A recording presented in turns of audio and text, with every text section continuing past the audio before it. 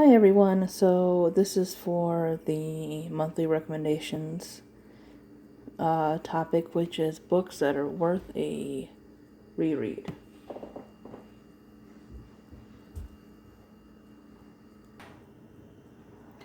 So I have a little bit of a stack here, about 1, 2, 3, 4, 5, 6, 7, 8, 9, 10, but obviously much more to talk about. So to start off, we have The Giver, which I just reread February or March or something like that. So this was maybe the second time rereading that one. And because I listened to bits of it on audio, but this was the first time that I fully reread it, and I still love the book. I think I love it even more. So this right here is a middle grade dystopian, and I feel this is kind of the gateway for a lot of people, but this was before like dystopian was kind of thrown around, as a trend kind of thing. And it kind of saddens me that they just made the movie because of that trend, but a lot of the books and movies that have been popular lately, a few of them have come out after this. But it has a great protagonist. It's very touching, makes you think a lot. I would definitely recommend this one. So the next one is actually the third book in the series, and I've only read 3.5. I'm still working on book 4. This is, of course, Harry Potter. And as you can see, I paid $8 for that book. So this is the third book. It's really good. But it's as far as I've read, Harry Potter is just fantastic. It's a fantastic starting out middle grade, going into young adult. And I'm so sorry, this is all shaking at you guys. But yeah, I love just how the concepts and the books and, the maturity grows with the reader. And, we're given subjects such as loss and, the feelings of rejection and not knowing your place in the world, and, just a whole bunch of stuff that fits perfectly into children's fantasy. And there's a reason why these are successful. The next one, The Fault in Our Stars. I don't care what people say. I could probably reread this a few more times. It has its issues. It does. But I think for a young adult, it really is beautifully written and everything. And, it explored the ups and downs of life, especially, people who were dealing with illness. Everything in the book wasn't completely pretty and nice. I mean, they had some of those moments. Some of them were kind of probably wouldn't happen in real life, but they did have some darker moments and everything. And I like that it was a little bit more realistic, even though, like I said, it may not have been perfect.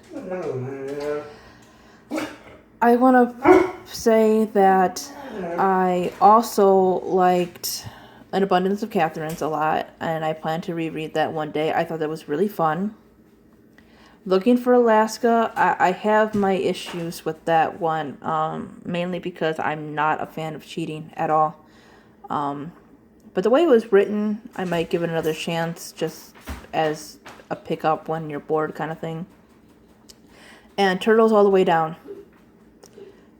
I really love that book. It's kind of head-to-head with The Fault in Our Stars. I'm mentioning all these because they're by the same author. That one dealt with anxiety and just life in general and all that other, good stuff. But, I'm still thinking this one is probably, like, the best so far. But I really like John Green's characters. I do. So some of these are series and stuff which I have not finished, like Harry Potter. And here is Cinder. Cinder is a like sci-fi-ish retelling of Cinderella. You know, what more can you ask for?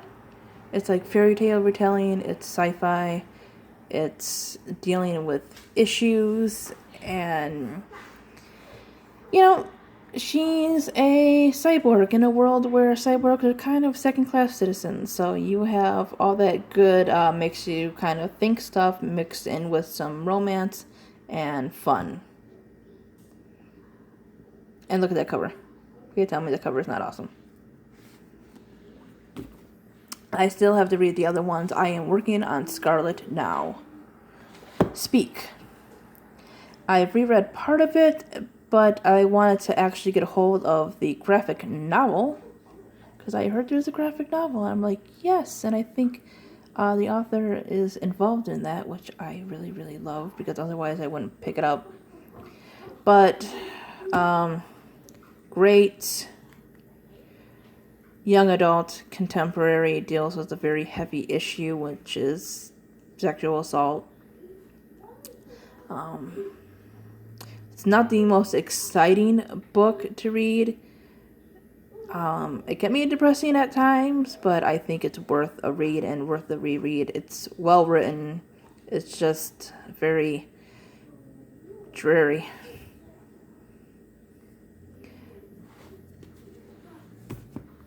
Then, coming into some dystopia, which was what The Giver was. But that's okay, we don't have to do everything in order. This is Unwind. Now, Unwind was the first book that I read off my Nook, and the concept was just so interesting about being able to unwind children. And, you know, the subject of pro-choice and pro-life and everything is so touchy among people. And but yeah, like I was saying, sorry. Yeah, it's obviously a very serious and touchy subject. So this deals with a kind of twisted way to solve that problem, which is the idea of basically taking kids apart and donating organs, and there's this whole alive and divided state kind of thing, and it follows 3 children who are set to be unwound and all that. So it's kind of dark, weird, and it's very different. That is for sure.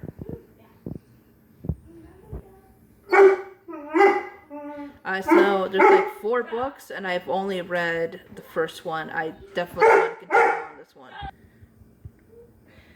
And next we have Battle Royale. So I found this cover at Barnes & Noble, which is, it's very cartoony and very straight to the point. I think a lot of people forget about Battle.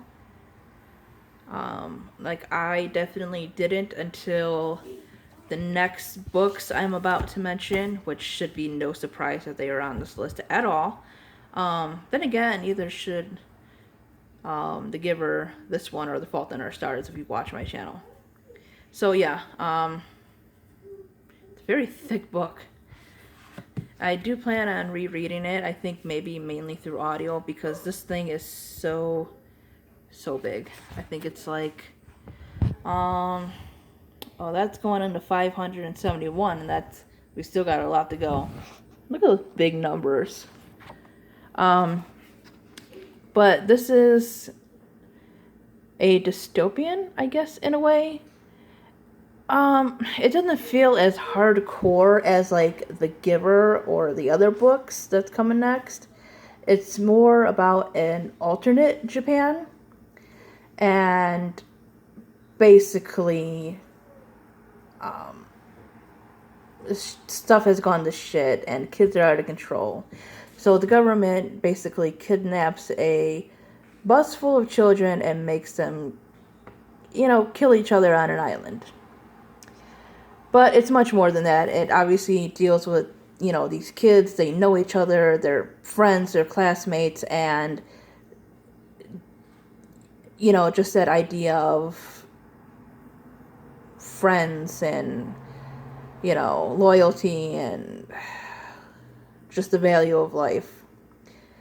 I hate when people are like, well, it's more violent than this and that, but it is violent, but that's not the point. There's so much more to these characters, and it is worth like the near 600 pages that it is. Which I think actually it goes to that. I can't honestly remember. It's been a few months or about a year since I've read this, but still, it is an amazing book. It has a lot of depth to it and good storytelling. If you pick a big book, I recommend this one. Then the next ones should be no surprise, like I said. And they had to come after Battle Royale because they did actually come after Battle Royale. So there's actually 3 books in this series. But I cannot find Catching Fire for the life of me. So I have the very first one, which I've reread about 4 times. And then I have the last one, which I am rereading through audio right now. I have said so much about the series already. Strong characters, not just female, but obviously our main protagonist is. So we have a strong female character who still very much is female and realistic and not some freaking robot. And, we have prejudice and poverty and violence and friendship and unity and all that other good stuff that comes with this fantastic trilogy.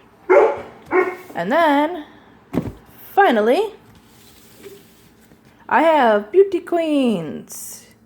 This one had so many different moments. Sad, funny, serious. It's about beauty queens who are stranded on an island and trying to survive. It's just really good. I think it would make an excellent movie. It was just really funny. Just made you feel a lot.